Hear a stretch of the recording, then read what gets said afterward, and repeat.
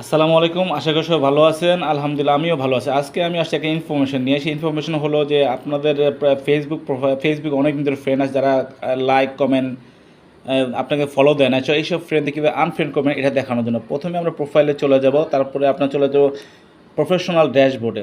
তো প্রফেশনাল ড্যাশবোর্ডে যাওয়ার পর নিচে চলে আসবো, এখানে অ্যাবাউট আছে, অ্যাবাউটে ক্লিক করব।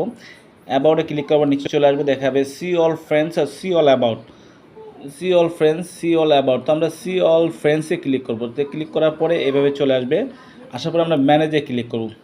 ম্যানেজে ক্লিক করার পরে ওরা আপনাকে দেখাবে যে ক্লিক করার পরে দেখাবে লিস্ট ইন্টারেক্টেড